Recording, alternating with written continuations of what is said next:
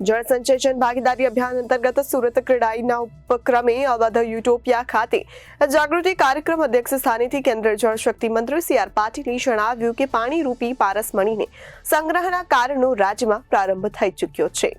જળ સંચય જન ભાગીદારી અભિયાન અંતર્ગત સુરતના ક્રેડાઈના ઉપક્રમે અવધ યુટોપિયા ખાતે જાગૃતિ કાર્યક્રમમાં અધ્યક્ષ સ્થાનેથી કેન્દ્રીય જળ શક્તિ મંત્રી સી આર પાટીલે જણાવ્યું કે પાણી રૂપી પારસમણીને સંગ્રહના કારણો પ્રારંભ રાજ્યમાં થઈ ચૂક્યો છે। રાજ્યમાં 80,000 બોરને લાગતા વોટર હાર્વેસ્ટિંગના કામ કરવાનું કમિટમેન્ટ મળ્યું છે। આવનાર સમયમાં ગુજરાતમાં 2 થી 2.5 લાખનો લક્ષ્યાંક છે। વરસાદી પાણીનું મેનેજમેન્ટ કરી એક ટીપાને ભૂગર્ભમાં ઉતારવા અનુરોધ કર્યો। સુરત ક્રેડાઈ 1,1100 બોર હાર્વેસ્ટિંગનું કામ કરશે। રાજસ્થાન મધ્યપ્રદેશની 20 નદીઓ જોડવા પર હસ્તાક્ષર થઈ ચૂક્યા છે।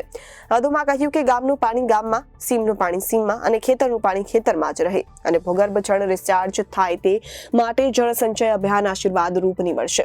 1445ના મકાનમાં 100 મિલીમીટર વરસાદ પડે તો પાણી દ્વારા 1 લાખ લીટર પાણીનું ભૂગર્ભમાં ઉતરા હસ્તાક્ષર થઈ ચૂક્યા છે। વધુમાં કહ્યું કે ગામનું પાણી ગામમાં, સીમનું પાણી સીમમાં અને ખેતરનું પાણી ખેતરમાં જ રહે અને ભૂગર્ભ જળ રિચાર્જ થાય તે માટે જળ સંચય અભિયાન આશીર્વાદરૂપ નીવડશે।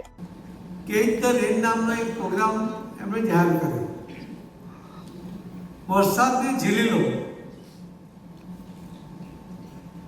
અને વરસાદને ઝીલવા માટે તમારે રેન વોટર હાર્વેસ્ટિંગ કરવું પડે,